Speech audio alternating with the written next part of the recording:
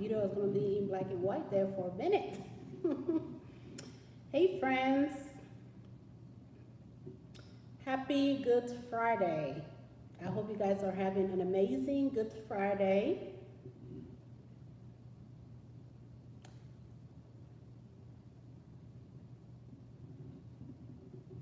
Happy Good Friday, happy Good Friday.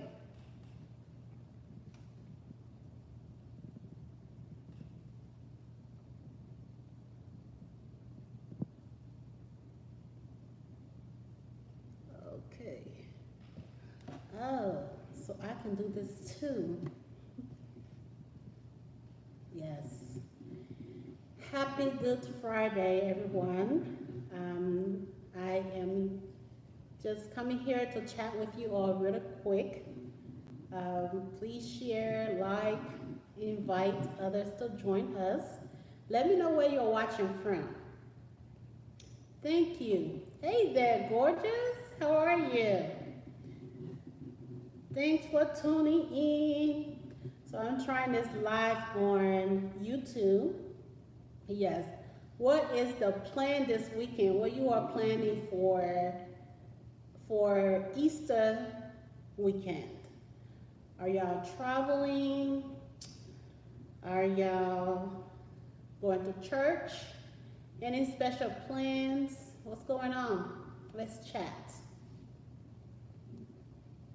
Okay. Let's chat, let's chat, let's chat.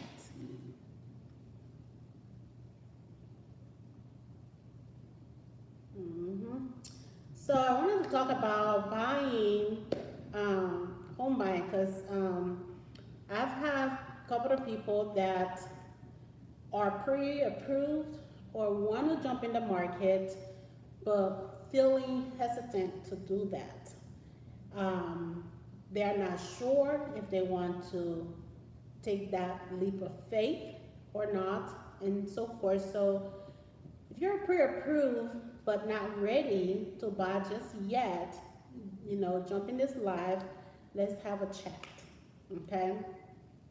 So you're being pre-approved, for a mortgage, but deep down you're feeling, I don't know if I'm ready for this or not.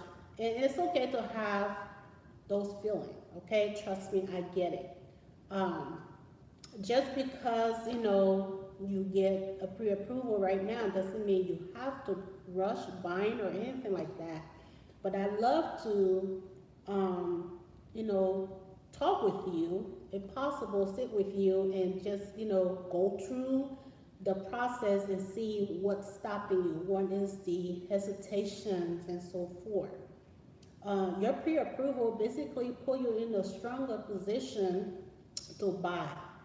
And if you're pre-approved and you just, want to wait, sometimes it's not, necessarily a good idea, but we can work through it because believe it or not, if you are currently renting, you're already paying a mortgage. You're already paying someone else's mortgage plus more. You just don't know it. So, having to sit down and talk about it and going through that hesitation. Hi, how are you? Thank you so much for joining. It helps to kind of like clarify some things for you. Now, and another thing you could do is you can buy the house and rent part of it. Rent some, live in part of it and stuff like that. So it is what is called house hacking, right? You can have another person join you in there and they can help you pay the rent and stuff like that. Or you can just put it in the, a rent and stuff like that. But honestly, if I have a house, I wouldn't want to put my house in rent and go rent somewhere else, right? Because then what is the point, right? So we have to sit down, and go through it. That if you are pre-approved right now, but you're a little bit hesitant, you're not sure what direction to go and stuff, it's always good to sit down and have, oh, you don't have that much internet, okay.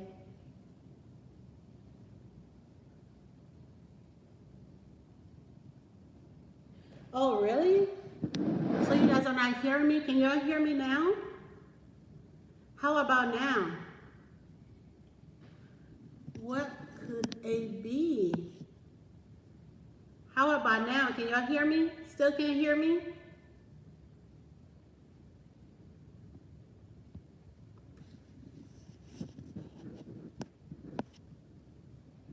My volume is up. I'm so sorry if you guys can hear me. Oh, okay, okay. I thought maybe you guys can't hear me from my end. Okay, okay, yes. So yeah, so we're talking about if if you're pre-approved or thinking about getting in the market, but you have a little bit of uncertainty. I mean, some hesitant. You don't want, you're not sure whether it will be a good idea to get into it or not, right? That's what we are talking. And I know um, it is a big decision buying a house, and it's not an easy thing to say, oh, let me just go. But if you're currently renting, um, and depending on how much you're paying, even if you're paying $1,000 a month or $1,500 a month, it's still your hard-earned resources going in someone else's pocket, right? And if you have to, that's fine. But if you are able or fully capable of buying, meaning you probably already have a pre-approval, but you want to be in a certain area. So I had a buyer who market came from being 20 different cities to being narrowed down to one city because her kids' school and all of that, play a big role, and her kids is in the, the sports program and what have you. So then we have to narrow it down to a certain area. And so with that, when you have to narrow your search down to a specific area, you just have to be a little bit open, I would say open-minded, and a little bit more decisive to make a decision, because you don't have a whole lot of options, right? And then I got a question of, well, what if I just rent for now, for the next 4 years until the kids got out of school? And I'm like, why would you want to do that? Hmm? Not. And so we got to look at, and I mean, and literally the mortgage is almost about the same amount as the rent is almost as the same amount as what the mortgage was going to be. So then we have to sit down and do the numbers, right? And see, because at rent, you're paying 100% interest in someone else's mortgage, right? Like 100%. You are getting absolutely nothing.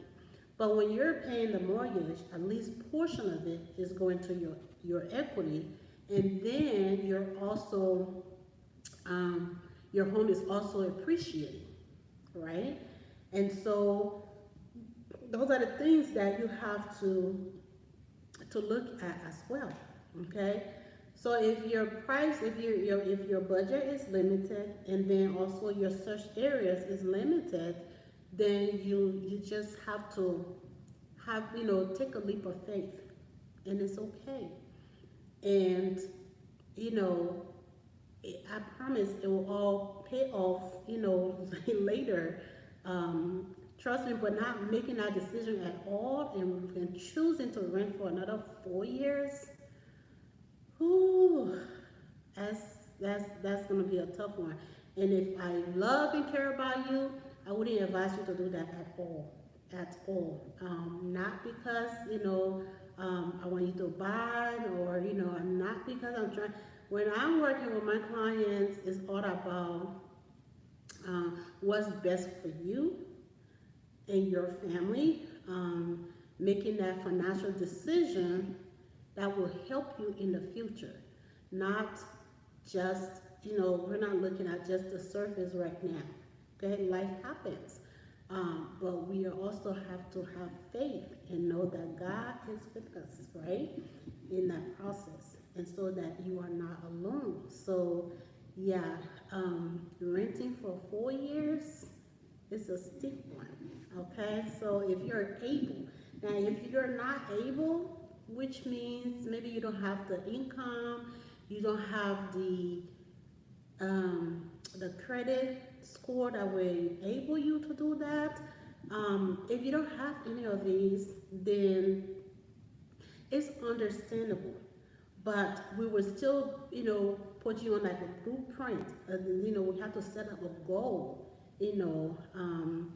a strategy to get you out of that. But we're not going to strategize that. We're not going to put that plan in for 4 years. No, there is a 1 year plan. There is a hi Vishnu, long time, my friend. How are you?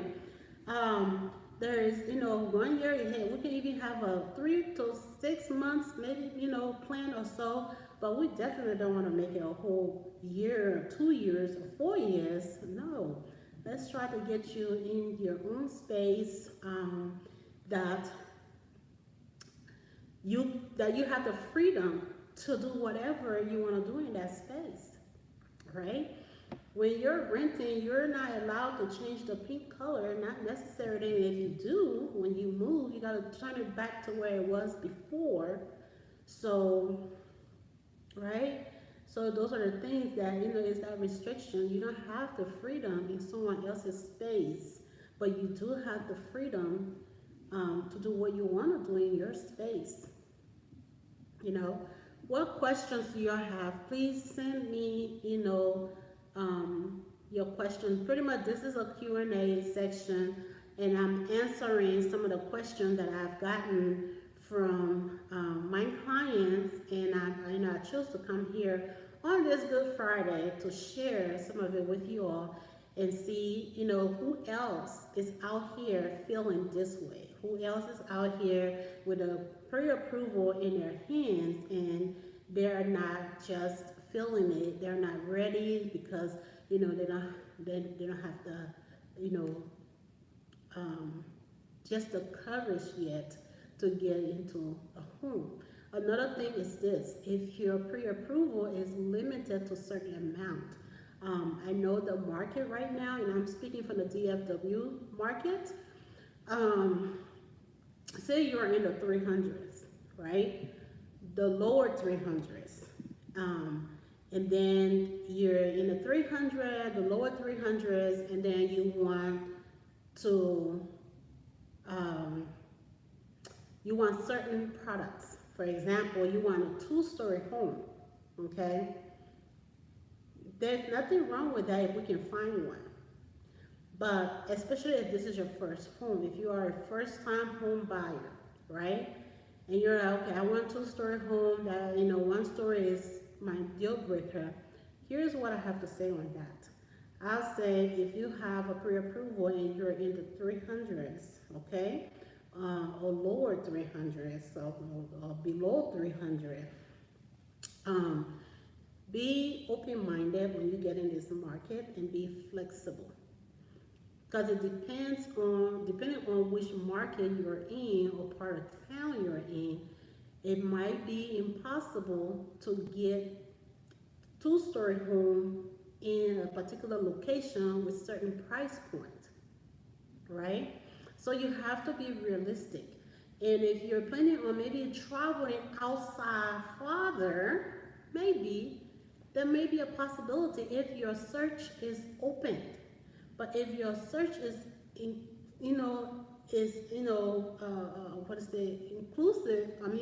is a certain area per se. For example, you want to be in one city, you don't have a whole lot of options there sometimes.